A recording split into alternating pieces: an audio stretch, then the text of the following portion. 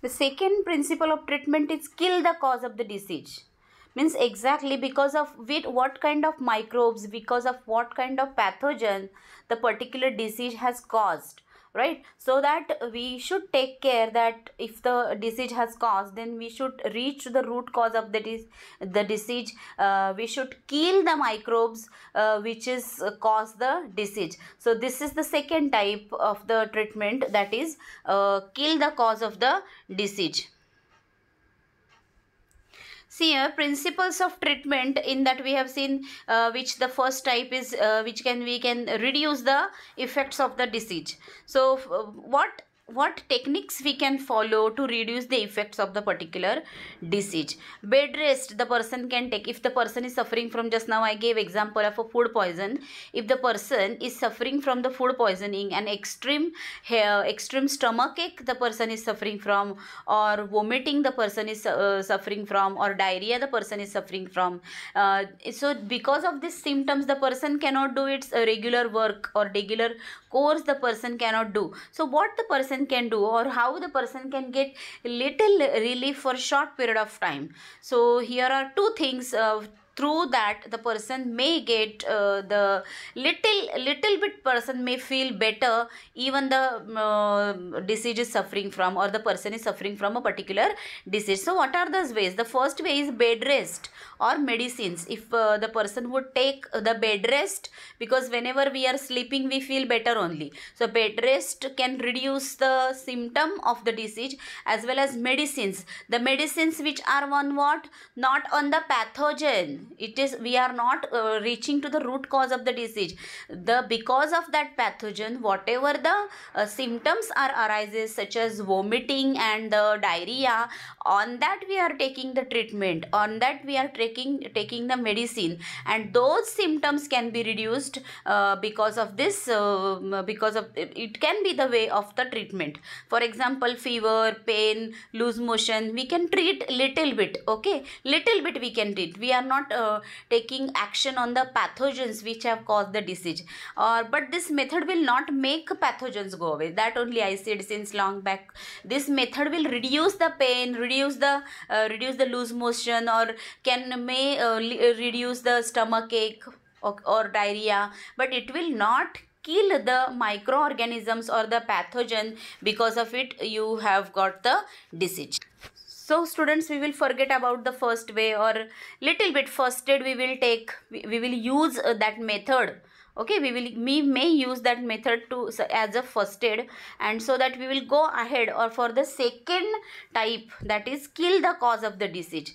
So to kill the cause of the disease, what we can follow? Here are various ways, or here are various points you can see. Those points we can follow and we can kill the cause of the disease. What is first? Pathogens can be killed by two common methods. There are two methods to kill the pathogen. What are those? One way, to use medicines. We can use directly medicines which may kill the microorganisms. Because of that we have got a particular disease. A drug should be chosen to kill the pathogens only. Here the care must be taken that that drug or that medicine should only kill the pathogen, not other good microorganisms which are present in our body. Students, you are knowing in our intestine, just now yesterday I gave example of a salmonella bacteria. That bacteria causes typhoid, I said you, and which is living in a intestine. But if you will try to kill that bacteria, salmonella, but at the same time there are other bacteria, good bacteria are also present in our intestine, so that whenever we take medicine to kill a particular bacteria, others must not be killed by us, or we should use the proper medication or proper medicines that should not kill the useful bacteria, because both microorganisms are present in our body. Useful microorganisms are always helping our body for the proper working of the body, and the pathogens, which are the foreign bodies, whenever these are entering into the body, these are harmful. So the medication should be taken like that. It should not harm to the useful microorganisms of our body. So drug should be choose to kill the pathogen only. Drug should not affect the host's metabolism. It must not affect on the metabolism of the body. Means whatever we eat, that food must get digested properly, and that must get absorbed properly, and that should reach, that food must get must get changed or must get convert into the nutrients, and it should reach to the target organ wherever it is required. That should get, that is called as a metabolism. So it must not affect, the drug must not affect on the metabolism of the person. Drugs are antibiotics. Students, antibiotic concept you might have heard from the doctors many times. You would now require antibiotics. What is meant by these antibiotics? What exactly these antibiotics are doing? Actually, these antibiotics are affect on the biochemical cycle of the microorganisms. Means what happens? Microorganisms are going in our body. There they are multiplying. Okay, and multiplying and increasing. Multiplying means they are reproducing over there, trying to increase their number and trying to affect the other healthy cells, healthy tissue or healthy organs of our body, and in this manner they are trying to infect our whole body. Okay, so what we can do, or what doctors are doing? So doctors are suggesting us antibiotics, and what these antibiotics are doing? These antibiotics are breaking the biochemical cycle. Means they are first in the larvae stage. Okay, after larvae stage there will be the small microorganisms. After that they will grow, and after that, after growth of them, they will start multiplying, and this happens in no time, as they are very minute, they are microbes, so their life cycle is also very small. So these antibiotics are affecting on the biochemical cycle of them. Means one of the phase it will get destroyed because of this biochemical, because of this antibiotics, and so that what will happen, they cannot grow ahead and cannot multiply and cannot infect to the healthy cells, healthy organ or the healthy tissues of our body. So this is the function of the antibiotics, that antibiotics are always attacking on the biochemical cycle of the person or the patient. So biochemical life processes could be pathway for the synthesis. Okay, antibiotics blocks the bacterial synthesis pathways without affecting our own body. Okay, patient do not get any harm because of the antibiotics. Only the weakness is caused. So students, whenever we go to the doctor, doctors are suggesting us a antibiotics, and whenever we take it, next day we feel very weak. Why? Because these antibiotics are showing their effect by the weakness, but it does not harm our body. We take proper rest, we take proper bed rest, we eat hygienic food, and we feel better after some time. But these antibiotics are playing an important role to kill the bacteria in the cycle, because there is one cycle of them. Means they will grow, they will multiply, they will reproduce, and again they will reproduce. So in this manner the cycle is going on. But by antibiotics, what these are doing, these are affecting, these are directly breaking the cycle. Here students, one more thing I would like to know you, that whenever you go to the doctor, you are suffering from some problem, you go to the doctor and doctors are suggesting us the course of 5 days. And students, what we do, even youngers or elders and youngers both are doing, whenever we go to the doctor, doctors are suggesting 5 days course of the medicine, and after 2 days we feel better, and what we do, we are not taking the further medicine. Understood? We are not taking the further medicine, because doctors had checked us, and doctor had given a proper medication of 5 days, because doctors are knowing within 5 days this bacteria or this microorganism is going to be killed. But whenever we are not completing the dosage, at that time what happens, this bacteria or pathogens are getting more stronger, because now by taking this medicine also their biochemical cycle is not getting finished, and so that what happens, they are becoming more stronger, and again we are with the full strength and with the full energy, again they are trying to attack our cells or some organs of our body. So that again we go to the doctor, again we are not feeling well, and we are going to the doctor, and doctors are now not suggesting the previous medication. Doctors are increasing lowering their dosage, because our microbes are those microbes are being more powerful than previous one and trying to fight against our these antibiotics. So that doctors are now suggesting the higher dosage. So that students, it's my kind request to you all that always complete your course which is given by the doctor. Now our further topic is principles of prevention. Means we have got the disease and we have tried to treat it, but instead of that, can we prevent the disease, that it should not get to us, or it should not cause to us, or it should not infect our body? What prevention can be taken?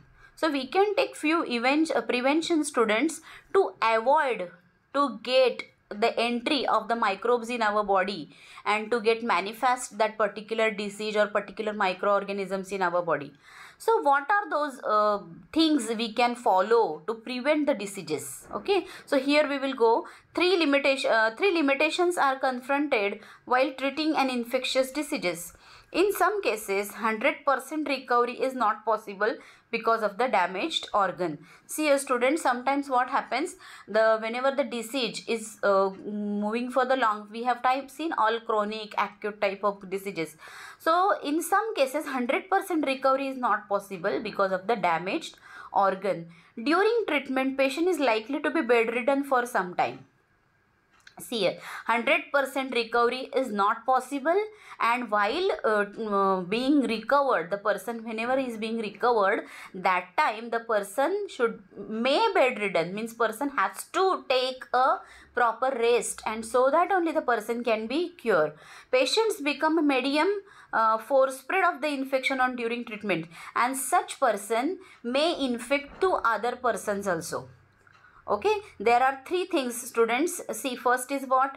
The person cannot be 100% cure. It is recovery is not possible. 100% recovery is not possible because of the damaged. Once the organ is damaged, then to 100% recovery is not possible. And second thing, whenever the person is taking treatment, at that time the person has to leave all its daily activities and has to go to bed only and has to be bedridden. Okay, so this thing may happen. Or third things, during bedridden, means whenever the person is bedridden, that time this person can be a infectious agents for the other healthy person.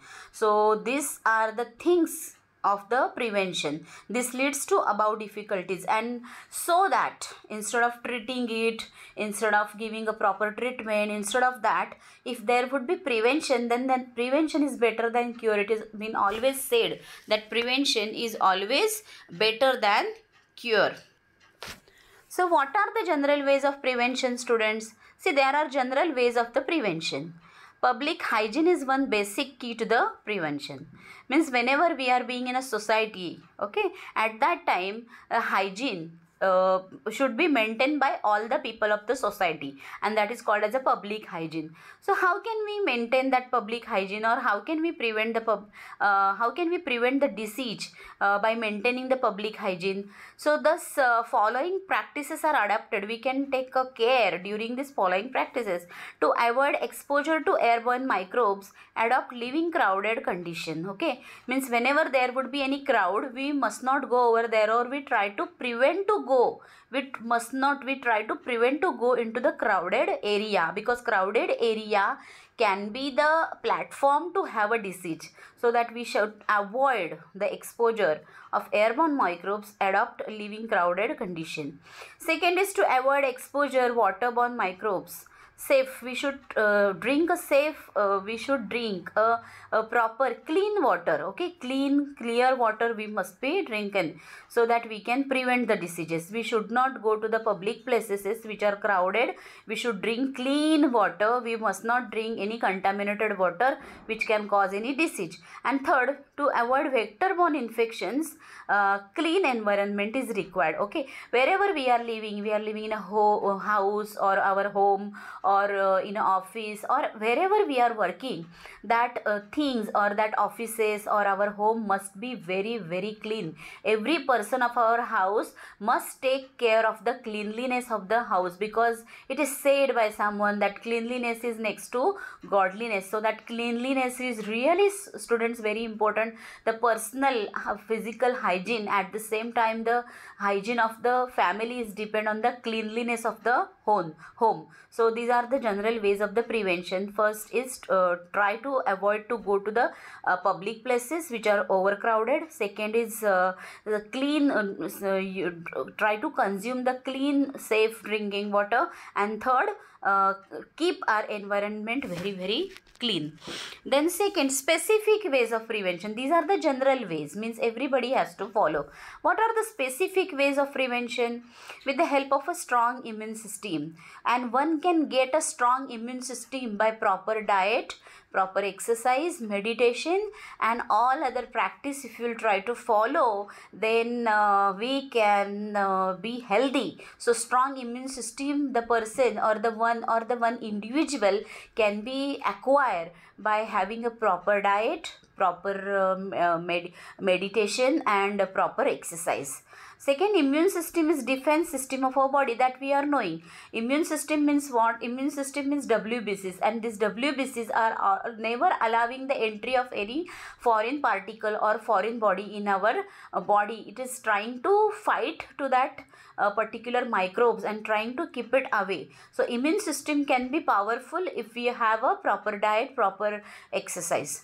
Immune system has a specialized cell called WBCs, and in WBCs the specific cell is there that is called as the lymphocytes, and these lymphocytes are being very very active whenever any foreign body is entering which is not of any use for our body, and which is we can say a pathogen. Specifically, foreign body means, according to the WBC, any foreign body whenever it is trying to enter, the WBCs are considered it to be a pathogen and trying to kill it. Okay, their army is always ready, they are trying to kill them. So here are some specific ways of prevention of the individual person can follow and can go away from the disease or can remain away from the disease. So what happens exactly? The pathogens are entering into the body, trying to attack on the immune system. Here WBCs are present which contains lymphocytes specifically.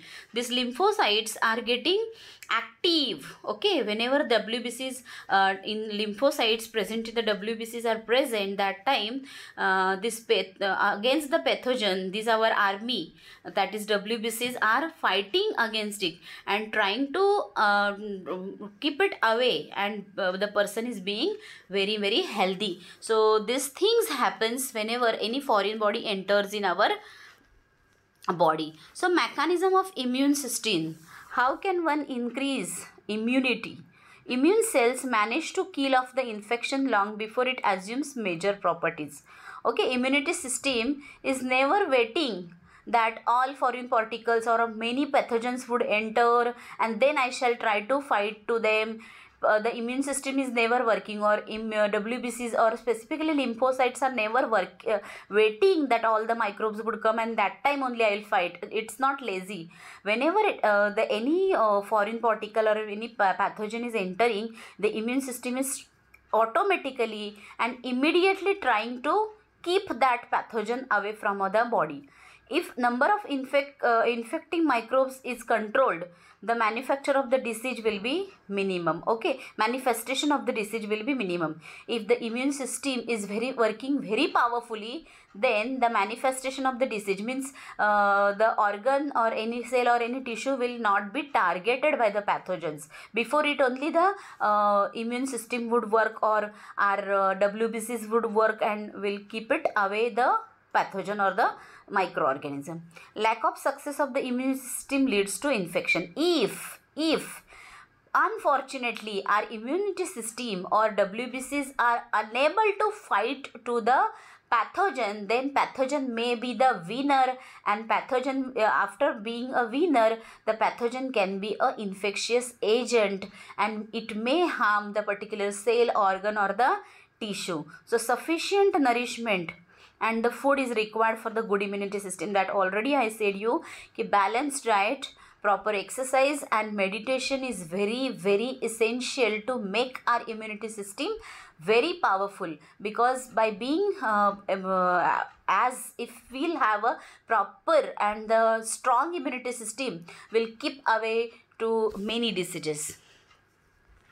So how can one make a immunity system stronger, or what are the principle of the immunization? After the first encounter, the immune system remembers the pathogen specifically. See students, vaccination you might have heard. Nowadays also we are going from the situation pandemic COVID-19, so we are frequently listening the word that is vaccination. So what is the function of the vaccination? What the vaccines are doing exactly? So what happens whenever we are getting any disease, that time what happens, the WBCs or the lymphocytes which are present in our body are working like an army, okay, and this army is trying to fight to the disease. And if our army is very strong, means our immunity system is very strong, it is trying to fight to the pathogens. And in this what happens, the pathogens are always being a loser and our immunity system being a powerful. But specifically to make our immunity system stronger, the vaccines are introduced. What is meant by vaccines? So vaccines, actually you should listen it very carefully. It's very important because of this environment of COVID-19. So vaccine means what happened? The half killed or half dead microbes of the particular disease are sent in our body. And what happens in that, as they are half killed or half dead, so what happens, these microbes are very less active, these microbes are, and automatically what happens, our immune system is strong as compared to these half killed bacteria or half killed microorganisms. And during this false war, always the victory of our WBCs is taking place, right? The victory of the RWBCs is taking place, our lymphocytes is taking place, and always our lymphocytes are being a winner. And whenever the second time again the powerful bacteria or the powerful pathogen, actually whenever it is entering, and our immune system or our WBCs are always ready to fight because of their previous experience, again second time also they are being a winner and trying to recover our body or trying to keep away from those microorganisms away. So this is the common principle of the immunization. This leads to elimination of infection more quickly. But here what happens, as these half killed or half dead microbes are entered, so sometimes little pain, fever may cause. Okay, so this is all about immunization principle. And immunization principle or vaccination is same. Fooling immune system, that only I said you. We are trying to fool our immune system. Half killed microbes are sent, half killed pathogens are sent, and during this false war always our immune system is stronger. So fooling immune system to develop a memory for a particular infection. This is done by putting something that minimize microbes. This does not cause disease. Because of it any disease does not cause, because these microbes which are sending in our body through injection are always half killed and half dead. They do not cause any kind of infection. Immune system forms antibodies, and these bodies, these WBCs are trying to fight those pathogens that are called as antibodies.